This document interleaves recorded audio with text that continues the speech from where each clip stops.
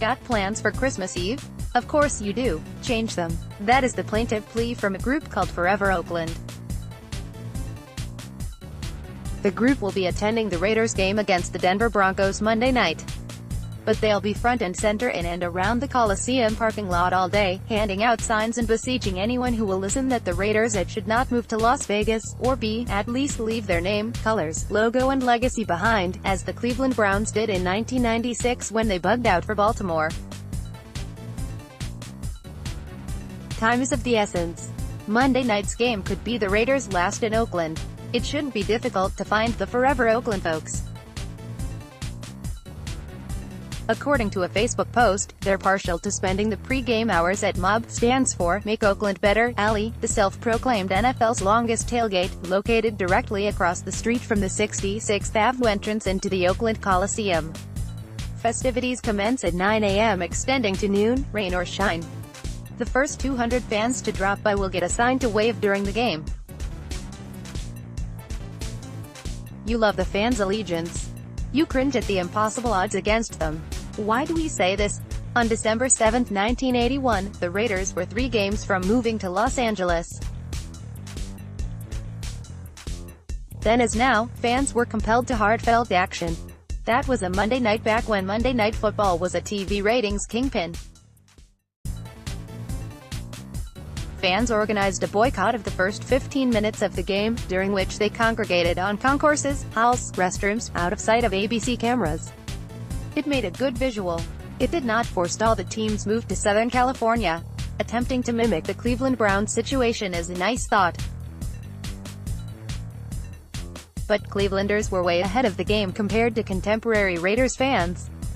Let us count the ways. 1. Browns owner Art Modell, who sought relocation because Cleveland Stadium wasn't affording him enough income, announced, on November 6, 1995 that he was moving the team to Baltimore. The following day, Cuyahoga County voters approved a sin tax to remodel the old stadium. Ultimately, a new stadium was erected on the site of the old one. 2. Even if Oakland voters oaked a tax for a football stadium, it would be partially offset by the outstanding $80 million debt from the Coliseum's renovation in 1996. 3. The Browns didn't have to contend with a baseball team on the prowl for a better venue. The Indians had moved into a new ballpark 2 years prior to the Browns' departure.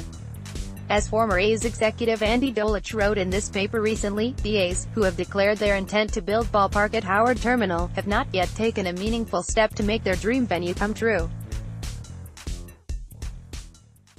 4. Cleveland was able to retain the Browns' name, colors and history because Modell was agreeable to the idea. From the Feb.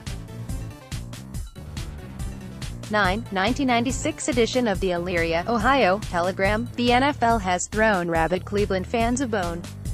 Under the agreement reached with Cleveland and the NFL, Modell moves the franchise to Baltimore immediately, but the name, Browns, and the team's traditional colors remain behind. Cleveland will get another NFL franchise, either through expansion or relocation of an existing team. There's no way that could work in Oakland. First off, Modell had a destination city and a stadium readily available. Raiders owner Mark Davis does not. Modell was willing to use his team's colors as a negotiation chip. Mark Davis would rather get a grown-up haircut than go there. The part about the promise of another franchise? Where would it come from and where in Oakland would it go to? Sadly, it seems contemporary Raiders fans are in the same bind as their forefathers 37 years ago, left with nothing but quixotic gestures and bittersweet memories.